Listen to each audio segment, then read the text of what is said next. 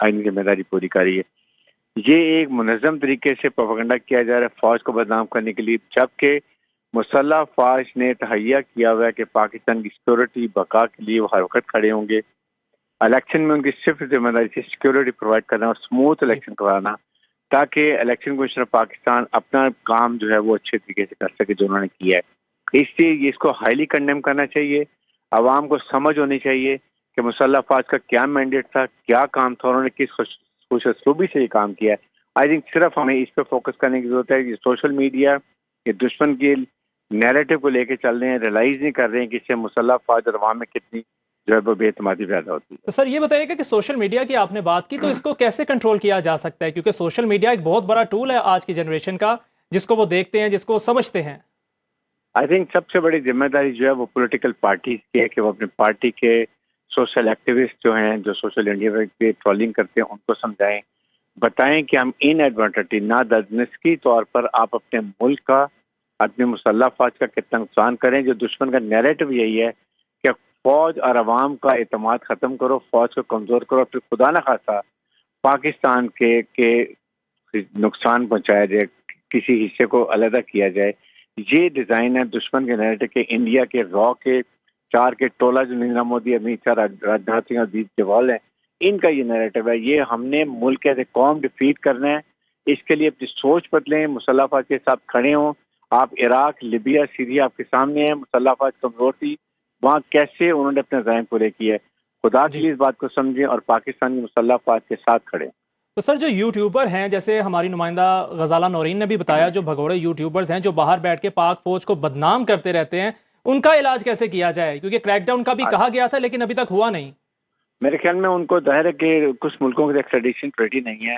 وہ پاکستان کو چاہیے کہ ان کی لیڈرشپ سے بات کریں، وہاں پر حکومتوں سے بات کریں اور بتایا جائے کہ یہ کتنا مضموم خطرناک یہ کھیل کھیلا جا رہا ہے پاکستان کے ساتھ.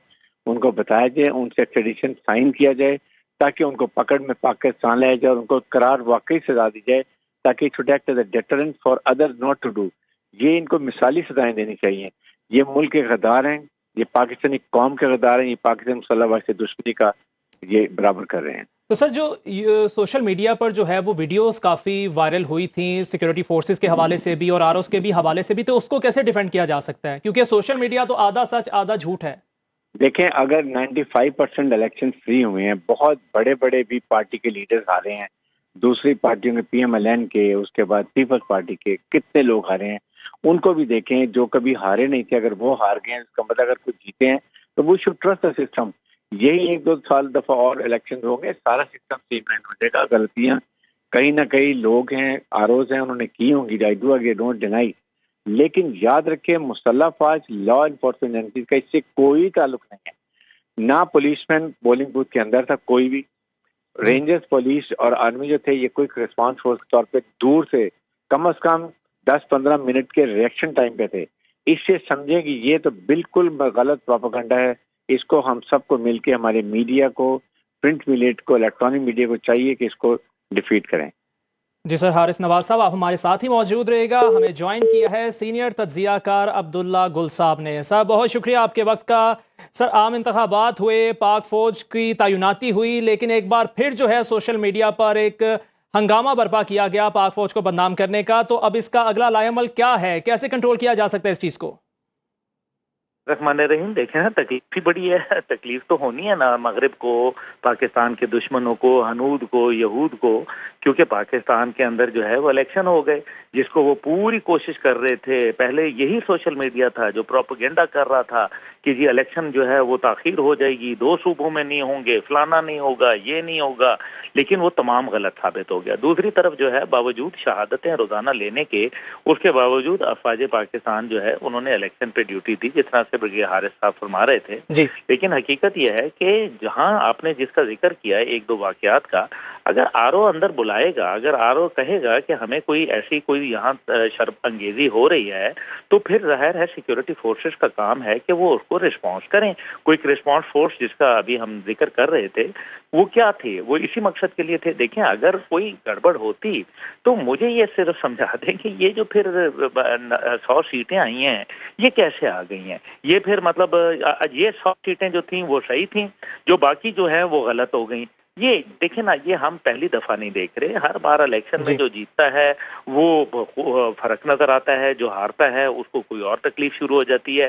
دیکھیں جو لوگ جنہوں نے شرپسندی کی, جنہوں نے 9 مئی کے واقعات کیے, جو مفرور تھے یا کوئی کسی غیر قانونی ایکٹیویٹی میں شریک تھے, وہ چاہے الیکشن جیت بھی جائیں تب بھی ان کو جو ہے قانون کا جو ایک طریقہ کار ہے اس سے تو گزرنا پڑے گا. لیکن اس کے بعد جو ہے اس کا کیا کام ہے, اس کا کام ہے سیکیورٹی پرووائڈ کرنا. دیکھیں بلوچستان میں جس طریقے سے شرانگیزی ہوئی, جس طریقے سے شہادتیں ہوئیں, مچھ کا واقعہ ہوا, دیگر واقعات ہوئے, اس کے باوجود ایک بڑی تعداد میں لوگوں نے جو ہے پولنگ کی اور نکلے لوگ جو ہے باہر آئے. یہ دیکھیں اگر الیکشن کمیشن سے ریلیٹڈ کوئی کام ہے, اس میں افواج پاکستان کا کوئی لینا دینا نہیں ہے. دیکھیں حقیقت یہ ہے کہ بھارت کے اندر الیکشن ہونے کو ہیں اور بھارت کو جو ہے کوئی نہ کوئی ایک مدعا جو ہے وہ ڈالنا ہوتا ہے, ایک ایسا واویلا بنانا ہوتا ہے. آج سوشل میڈیا پہ جتنے یہ ٹرینڈز چل رہے ہیں, کہاں سے یہ شروع ہو رہے ہیں؟ ہم زیادہ تر دیکھ رہے ہیں کہ یہ ٹرینڈ جو ہیں ان کو بھارت سپورٹ کرتا ہے. یہ وہ ڈس انفو لیب ٹائپ کی جو آرگنائزیشنز ہیں وہ یہ باقاعدہ یہ کام کر رہی ہیں. پاکستان میں جو لوگ ہیں وہ بغیر سوچے سمجھے کوئی چیزوں کی تحقیقات کیے جو ہے وہ اپنے طور پر شروع ہو جاتے ہیں.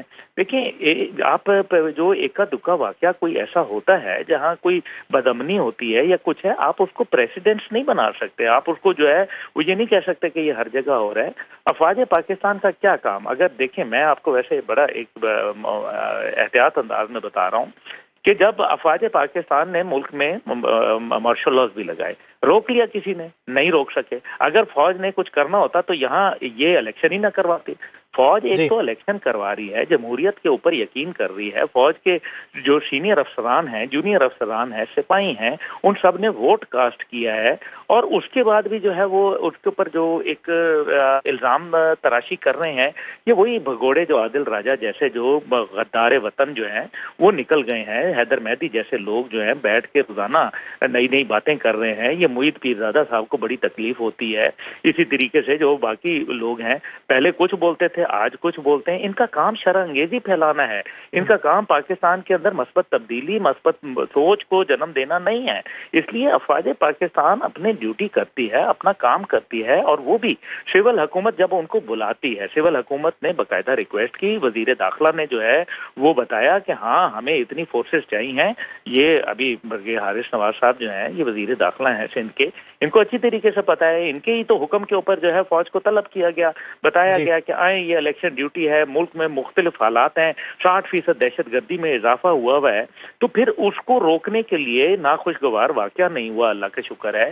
لوگوں نے آپس میں ایک دوسرے کے ساتھ کوئی دست و گریبان نہیں ہوئے. یہ پہلا الیکشن ہے میرے خیال میں جس کے اندر لوگ پولنگ بوتھ پہ ایک دوسرے کے ساتھ شیر و شکر ہو کے ایک ہی لائن میں کھڑے ہوئے. حالانکہ سوشل میڈیا میں جس طریقے سے زہریلا پروپیگنڈا ایک دوسرے کے خلاف ہوا تھا, لگ تو یہ رہا تھا کہ ایک دوسرے کے گلے کاٹیں گے. لیکن الحمدللہ افواج پاکستان پولیس کی وجہ سے جو ہے وہ معاملات کنٹرول میں رہے اور کوئی ایسا ناخوشگوار واقعہ نہیں نظر آیا.